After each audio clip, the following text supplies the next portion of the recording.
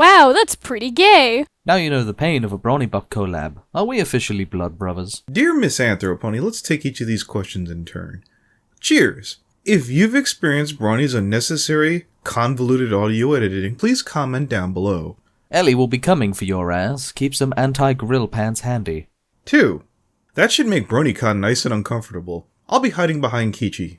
Is Maddie really that scared of you? Number 3. I wouldn't say scared. Maddie seems to not indulge in indecent. She sort of reminds me of Lily Pete. Do you prefer I go back to being a douche? Number 4. Well, that's sort of a tricky question, isn't it? For the purposes of How Not To Brony, oh my fucking yes. But that's one of those careful what you wish for scenarios. It's easy to look back at Miss Anthropony as a bull in a china shop with zero fucks to give, and remember it all as a big blowout party. Even if I could rise to the challenge, I doubt my friends would want to. Thank you. I deeply appreciate that you approached the matter in a more understandable manner. Number 5. Again, I wanted to walk something back. The concept of total war, i.e. hitting someone and everyone around them, is very thirst-quenching. Also really messy and a fair amount of the time unnecessary. It's a mistake I'm sure I've done on more than one occasion, and I'd like to thank you for giving me the opening to walk that back a bit. I think Doodle Tones is in your top 3 most hated people featured on this show. Number 6. Well, again, this one is also tricky. About a week ago, everyone was all teeth and daggers, and already Dylan Thomas already is swinging the other way in this topic. Fucking teenagers, am I right? I guess I'm gonna have to wait for his podcast with Skihound to figure that whole messy matter out, which will be later on this week. I'd like to read this off from the one and only Foxes.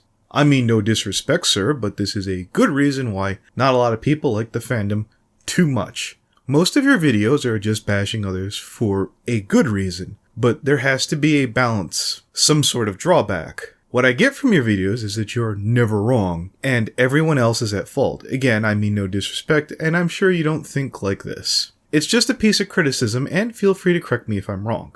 Dear the only Foxes, I fuck up all the time. You know that video Lily Pete made on your Marx? I'm one of those stupid people that she was needling. Not by name, mind you, but I'll cop to it. Back in the day, I thought what Starlight was supposed to represent was communism, which is even more stupid. I made that mistake, and my major in college was history. Looking back, when I was Lily Pete's friend for about 2 weeks, in the time of the Season 5 premiere came up, I tried to call Starlight Glimmer a communist. And Lily corrected me and said cultist. Now, obviously, my knee-jerk reaction was, well, look, I'm a history major, and Lily doesn't like being corrected, so I'll just lump it.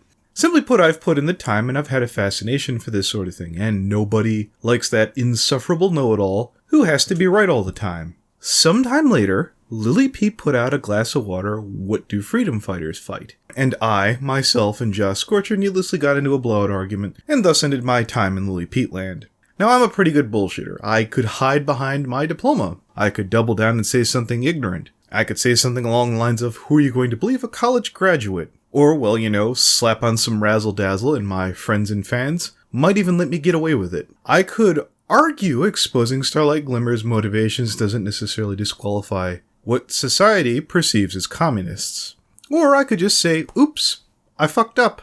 So one more time, dear Lily and Mr. Burner, I'm sorry about the horribly retarded argument I got into from 2 years ago. Dear friends watching this video or anyone else who wandered in, during How Not To Brony 24, I made a brief 3-second jab at Minty Root. I'd rather listen to Minty Root complain about said plushie. But not before I made a 3-second jab at Toon Kritic. I'd rather lend Toon Kritic my plushie. Dear Minty, do you know how many replies Toon Kritic made to that video? 0. Because that situation was 2 years ago. It was BronyCon 2015, and Toon, despite being not made out of steel, has had 2 years to toughen himself up to 3-second jabs. Toon Kritic, who hangs out with the likes of Lightning Bliss, Golden Fox Keyframe, and a who's who of cinnamon rolls, found the time and the strength to see that video and say, nice job, whether he meant it or not, and walk off like a boss. Minty is a guy who hangs out with people like the Pony Fuckcast, the Horse Anal Rape podcast, and also hangs out with Horse News, who also hangs out in Horse News' Skype chat. He saw a picture of himself hugging a plushie and flew off the handle because I said this. I'd rather listen to Minty Root complain about said plushie. Now my audience, or rather the entire audience of YouTube, have I, you, and everyone else acted less than stellar in the comment section on YouTube? Well, I know I have. I could all but safely say the amount of comments I've left on Minty Root's channel is 0, but for the sake, just in case, in my lifetime, I'm gonna say 5. Just in case I forgot one somewhere. Let's read off the first of a dozen or so comments from Minty. Oh, I am not angry at all. I am just disappointed. Of course, you're just not going to assume I am angry. Because you read everything but that I was angry. I'd laugh at you.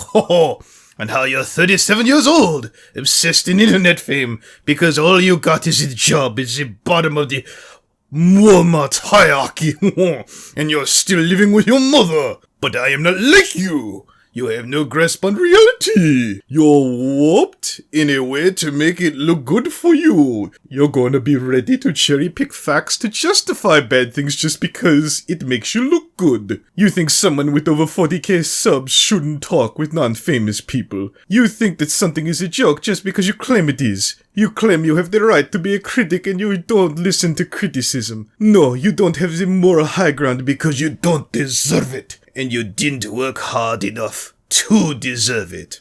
Now, if you're a Minty Root fan, if you're likely to assume I deserve this, and since I'm not from Paris, France, and made out of 24 karat glass, I can clap bravo at Minty. You've shown me what for. You've shown me, my fans, your friends, and the whole of YouTube, Minty Root is a man not to be trifled with. And then you started to argue with random faggots in the comments section. Angry is the wrong word. Butthurt is more accurate.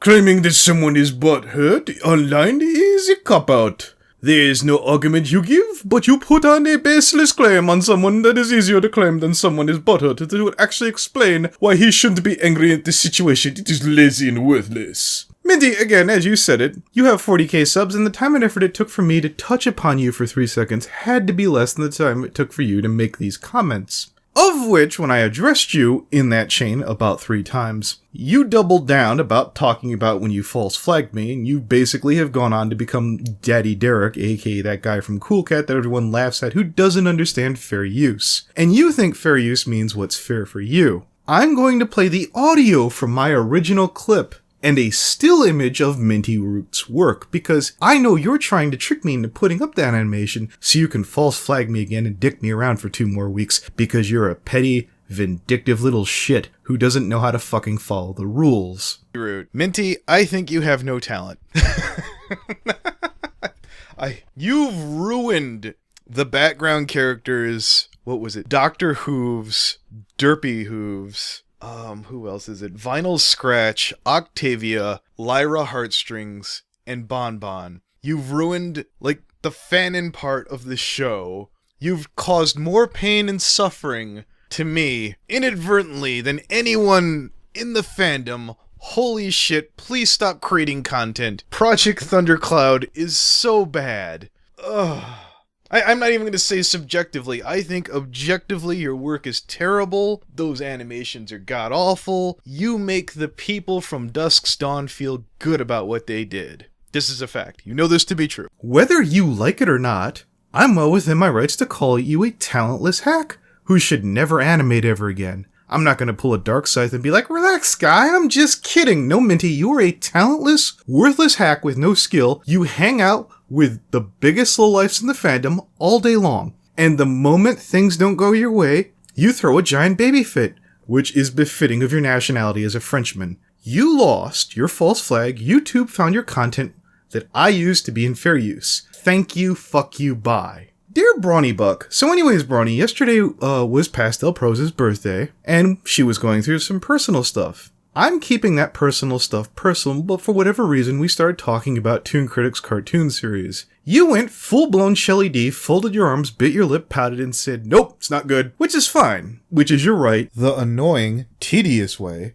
is where you go, I know this is bad, and I say this with zero prejudice due to my interaction with Toon Kritic, even though you had a room full of people trying to explain to you to the contrary on why Toon series on cartoons worked. I think Brawny took that criticism as a bunch of die-hard Toon Kritic fans ganging up on him. The point I was trying to get across was this. Why Toon's alter ego worked whereas ANY's didn't necessarily was Toon provided an immersive experience where people who knew about Toon would get little Easter eggs and inside jokes about Toon, opening up about himself. And if you looked deeper about the individual, the role wasn't just Toon pretending to be a bad guy, but the role was a part and a piece of Toon on some level. To take the line from Abdul the Butcher, Toon Kritic lived the gimmick. He became the role. What you failed to understand was this. I may hate Dr. Wolf's character, but it would be asinine to say it doesn't work.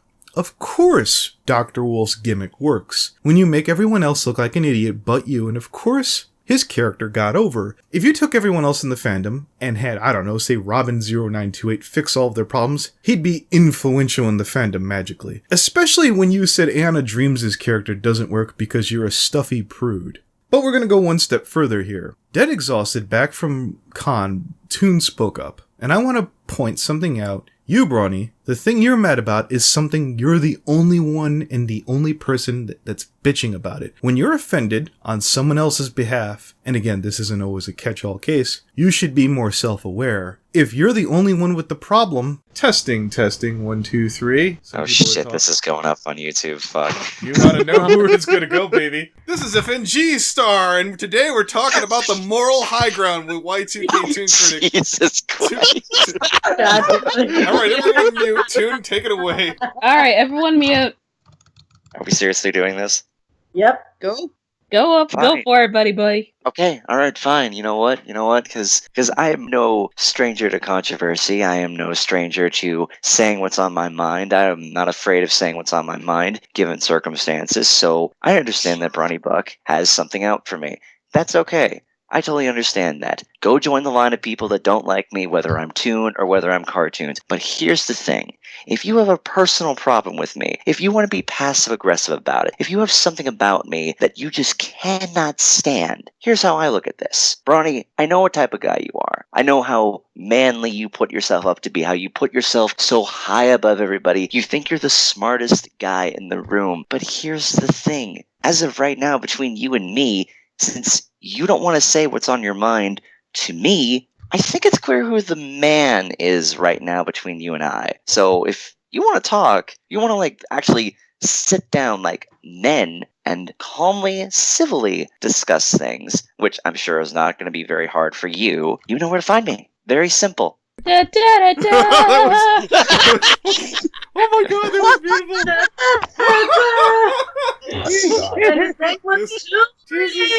Oh my god. Anthony, is that a wrap? Yeah, that's alright. Couldn't have said better myself. Dear Mad Plushie, you don't have a career. Your most popular video at present has 400 views. You have less than 100 subscribers at the time of this recording, and I'm still waiting on you to be right. You go, Minty. Dear Mad Plushie, you've stated that Minty is your friend. Alright, let me explain something to you, so you understand. Minty is not your friend. When I was having it out with you, and just you, Minty was nowhere to be found. Minty is Minty's friend. He should be called Me-Root. Minty has his back. Minty doesn't stick up for Harp, or the PFC, or Horse News, or you. But you better believe he expects all you people to have his back. So the good news is, while you look like a tool here, it's not abnormal than, say, any of other Minty's tools. You may now address yourself as one of Minty's tools in the future. Dear Lord Zarkon, oh, buddy boy! This is not about to be a happy day for you. Some months ago, let's say 2 to 3, Lord Zarkon got a buck up his ass about me, and I let him into limbo where we recorded it. Here's a small sample, and don't worry, we're going to play the whole thing, but in a minute.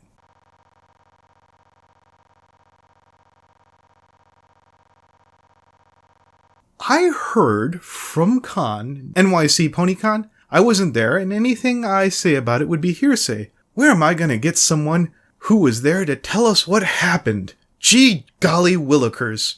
And let's go. Take it away, Toonie baby. Okay, so Lord Zarkon he was an interesting character during PonyCon. He originally was going to give me a ride from the airport to the hotel, but my dumbass realizing I don't know if I should trust someone to drive me an hour from the airport to the hotel, considering I know nothing about him. And thankfully Peter was going, so I decided to go with him. Needless to say, Mr. Zarkon was a little bit salty about that. He didn't say it, but you could tell in his eyes that was sort of what was going on. And for let me see. I think it was, yeah, it was Thursday night when we all got everybody together. I should mention that our room at the time was myself, Voice of Reason, Inverted Shadow, and myself. And did I say myself twice? I don't know if I did. Anyway, and we were originally going to get Finn, but he wasn't going to show up until Friday or Saturday. So Zarkon kind of put on the puppy dog eyes. He's like, but I have nowhere to stay, so I don't know what I'm going to do. And he had the whole fucking puppy dog eyes thing, and I'm just sitting here like, fine, whatever, let him fucking come in here. And here he has a fucking air mattress, and he decides maybe at around 11 or 12, oh, I didn't inflate the mattress. Should I do something about this? And we're all just kind of just giving him a look like, you know how loud that fucking thing is? And he does it anyway. So I'm just fucking laying on the bed next. Oh, wait, no. Fucking Peter was there too. My bad. There was 5 of us, right? So it was me, Peter, Voice of Reason, Inverted Shadow, and myself. Gotcha. Okay, there we go. So I'm just laying next to Peter, and I'm thinking, okay, how the fuck did he just basically puppy dog his eyes into this fucking room? Oh well, he'll just leave tomorrow. He didn't. He stayed for Friday. He stayed for Saturday. He wasn't a part of our group. He wasn't a part of any of this, but thankfully Voice made him pay, so at least he didn't freeload his way in, because I can tell you right now, there's no fucking way anyone's freeloading in our room like that. Now, I guess that wasn't really the problem. It's the fact that, oh boy, there were a few things that happened. One of the things that happened is that I can tell when someone's a friend, and I can tell when someone's just a regular fan. He kept constantly asking us like questions a la Lightspeed, so I'm thinking, oh boy, this is turning out to be another fucking Lightspeed situation. And he would constantly whine when it came time to it, what are we gonna do about dinner? What are we gonna do about food? I don't know what we're gonna do, guys. Where are we going to get food? What are our dinner plans? What are we gonna do about dinner? We'll get to it when we fucking get to it. A lot of us have shit we need to do. And it did not help that fucking Voice was sick this weekend. I don't know what the fuck he caught on Thursday, but the poor guy was suffering through Friday and was barely making it through on Saturday. So fucking Mr. Zarkon over here was still whining and complaining. This especially showed on Saturday night, where we're all just, we've all experienced the con. We did the last things that we wanted to do. And we're all just sitting down to play Smash. And this fucking... he kept whining and complaining over and over and over again. Oh, no, we need to play the game like this. Why are you playing this like this? Oh, well, I think this is the way we should play. We should play it my way, because this is a real way to play Smash. And finally, someone just yelled over at him, dude, just fucking get good and shut up. And he's like, oh, well, this is not the Smash that I'm used to playing. Why don't we play it with such and such? And I'm sitting here just tapping my controller, just like, pick your fucking character already. And then we do, wait, no, I have to choose the color on my character. And I was sitting here thinking, how fucking old is this kid? Are you fucking kidding me?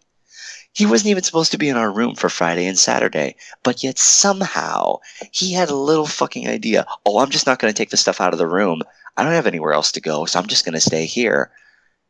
That's not the way you fucking do it. You don't just basically Shanghai your way into the room. We were going to get in trouble if there was more than 5 people, but no, here he fucking goes, just basically slinking his way into the room, like not giving a fuck.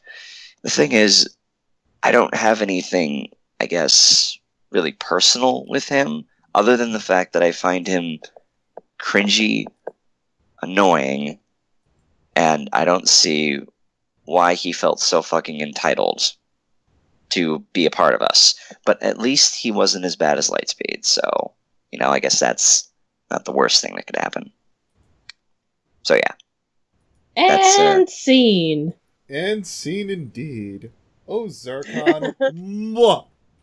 Oh, Zarkon? Now we're gonna play a clip where you came into limbo. So when I say you're a pushy, annoying, cringy douchebag, you can fucking believe it.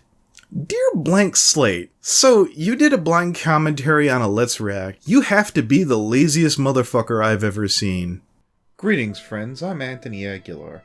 Tragically, Kichi's pet cat Eric, the real one, passed away last Tuesday. Our prayers and wishes will be with him. But Eric will not be unremembered. We are starting a series known as Kichi's Magical Adventure, and I'm going to play you a clip now.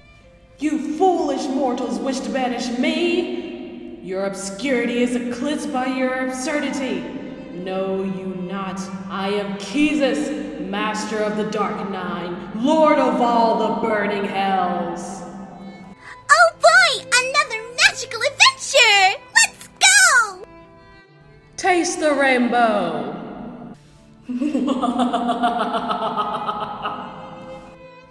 Bow before Lord Keezus. Your reign of terror ends today. Hey, Brawny, you suck. With your continued support and well wishes, we can make this a reality. Please go to Kichi's channel and share your likes, well wishes, hopes, and dreams. And together, we can make this a most magical adventure indeed. Together, we can make Kichi great again.